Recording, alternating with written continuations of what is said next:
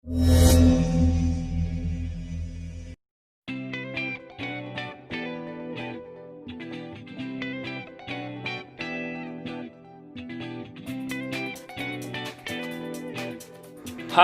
anak-anak pintar Indonesia, jangan lupa dukung channel Bapak dengan cara like, share, subscribe ya, dan nyalakan loncengnya. Terima kasih semuanya. Halo anak-anak pintar Indonesia, apa kabar semuanya? Jumpa kembali dengan Bapak dalam pembelajaran tematik kelas 6, tema 6. Nah, hari ini kita akan belajar subtema 2, melanjutkan pembelajaran 1 dan 2. Mari kita mulai pembelajaran hari ini dengan penuh semangat dan hati yang bahagia. Oke, anak-anak kelas 6, kita mulai dengan subtema 2, membangun masyarakat sejahtera. Oke, sekarang kita mulai dengan pembelajaran 1 kita. Di sana ada Siti. Siti berkata kepada kita, Minggu siang, Siti ikut ibunya ke balai desa. Ibu Siti bersama-sama ibu-ibu PKK lainnya hendak mengikuti pelatihan membatik. Nah, pelatihan membatik diprogramkan oleh pemerintah desa tempat tinggal Siti. Nah, pelatihan diadakan dengan tujuan untuk meningkatkan kesejahteraan masyarakat desa. Pelatihan membatik ini membuka peluang besar dalam menciptakan lapangan pekerjaan, sehingga ada hak masyarakat sebagai warga negara yang dapat terpenuhi. Hak dapat terpenuhi yaitu hak atas pekerjaan dan penghidupan layak bagi kemanusiaan. Oke, lihat pada gambar di sana ada Ibu Siti tadi ya, sedang melakukan membatik bersama dengan ibu-ibu lainnya. Nah, melalui pelatihan membatik, ibu-ibu PKK di tempat tinggal Siti telah mendapatkan haknya sebagai warga negara Indonesia ya. Baik hak mendapatkan pendidikan, mendapatkan pekerjaan, maupun penghidupan yang layak. Nah, apakah sebenarnya hak itu? Oke, mari kita baca bersama-sama. Hak sebagai warga negara Indonesia.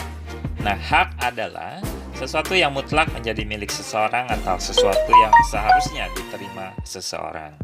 Hak warga negara Indonesia ditentukan dalam pasal-pasal Undang-Undang Dasar Negara Republik Indonesia tahun 1945. Berdasarkan ketentuan dalam Undang-Undang Dasar Negara Republik Indonesia tahun 1945, hak warga negara Indonesia banyak bentuknya.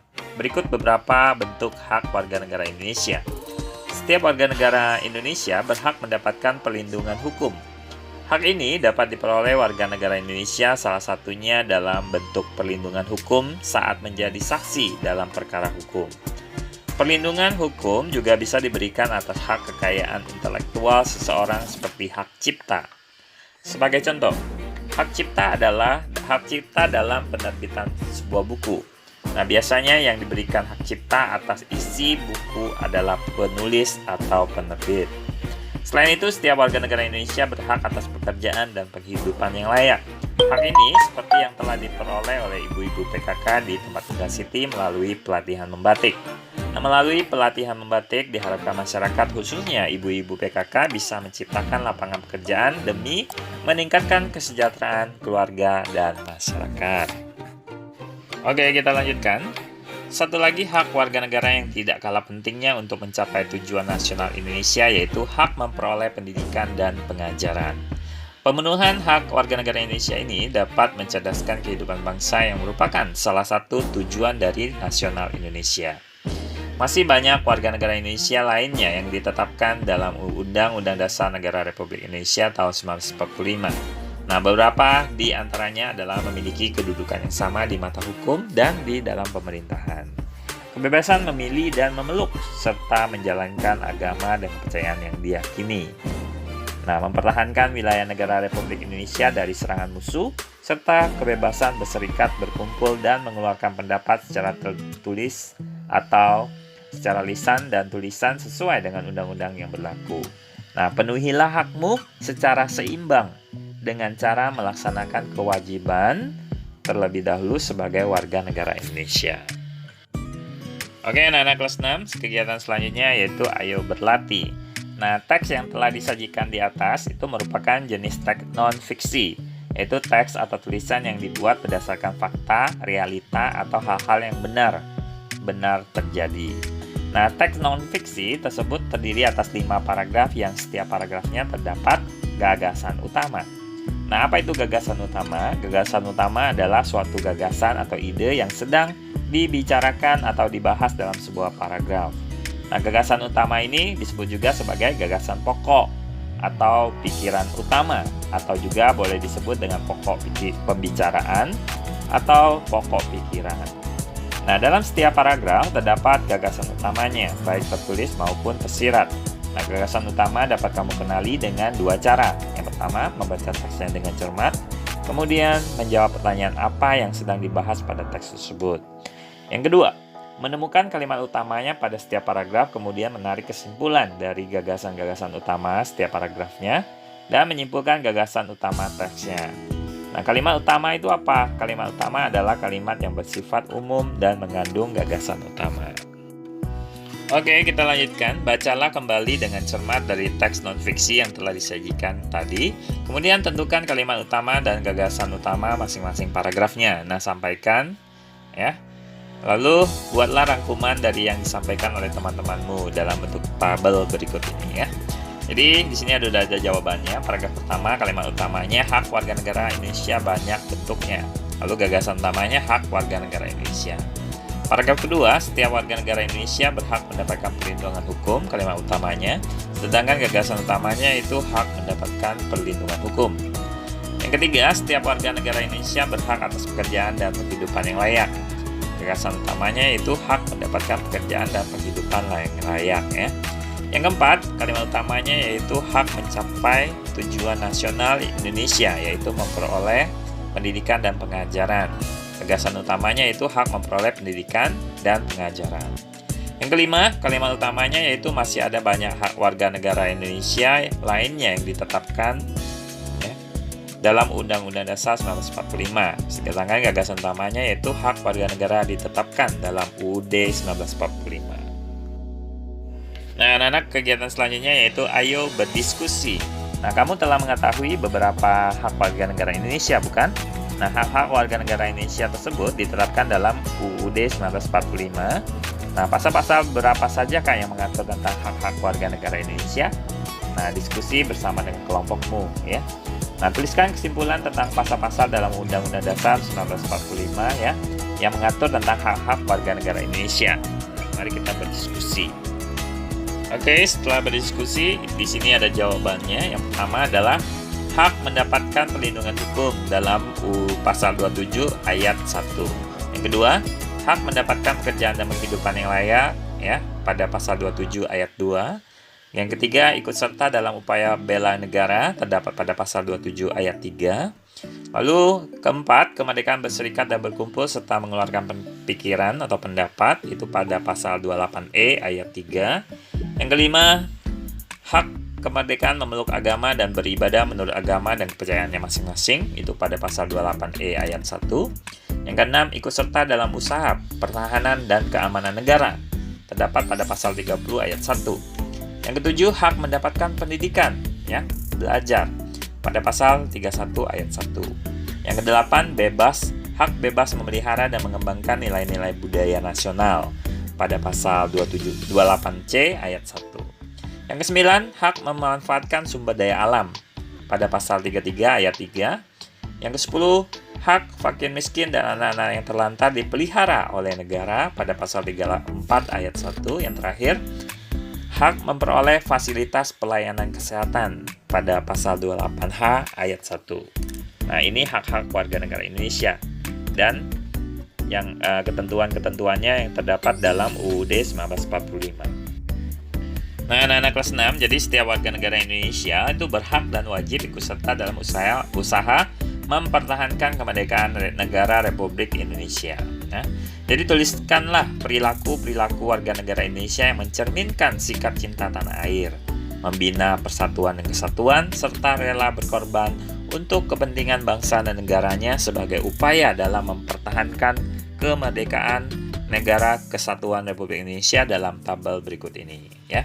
Nah, Jadi kita disuruh menuliskan sikap mempertahankan kemerdekaan negara Kesatuan Republik Indonesia berupa cinta tanah air. Nah, perilakunya apa? Yaitu melestarikan budaya bangsa. Kita bisa menjaga kelestarian lingkungan dan rajin belajar. Yang kedua, membina persatuan dan kesatuan dengan cara berteman dengan siapa saja, mau mempelajari kesenian dari daerah lain, dan menolong siapa saja tanpa membedakan sukunya. Sikap yang ketiga yaitu rela berkorban. Contohnya yaitu bersedia menolong dengan tenaga, bersedia menolong dengan pikiran, dan bersedia menolong dengan hartanya. Oke, kita masuk pembelajaran 2. Di sana ada Dayu. Dayu bertanya, ya.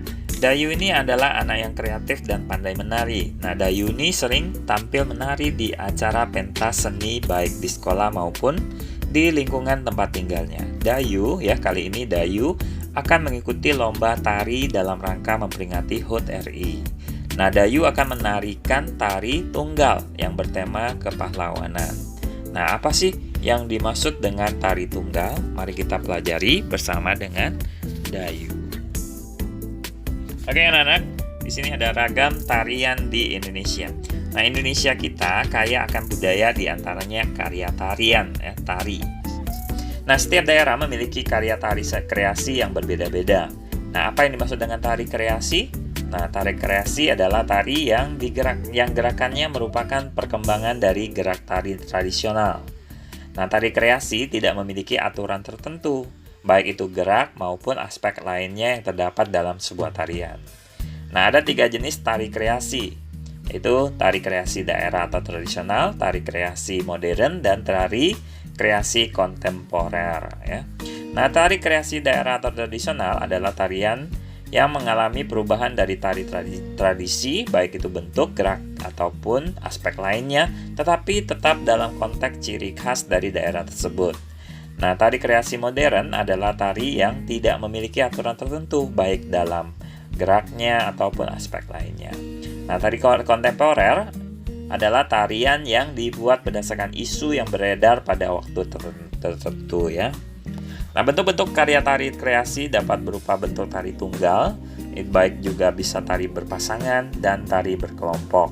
Nah, tari tunggal adalah karya tari yang diperagakan oleh satu orang sendiri saja, sedangkan tari berpasangan diperagakan oleh 2 orang penari, atau tari kelompok ini banyak orang, ya, lebih dari 2. Oke, kegiatan selanjutnya, ayo berdiskusi. Nah, bacalah dengan cermat teks non-fiksi yang tadi kita baca, ya. Selanjutnya diskusi informasi penting yang terdapat dalam teks non-fiksi tersebut berdasarkan gagasan utamanya setiap paragrafnya, ya. Jadi kita bisa menemukan jawabannya di sini, yaitu paragraf pertama, gagasan utama itu pengertian tari kreasi. Di paragraf kedua, gagasan utamanya jenis tari kreasi. Di paragraf ketiga, gagasan utamanya yaitu bentuk karya tari kreasi. Nah, ini jawabannya, ya.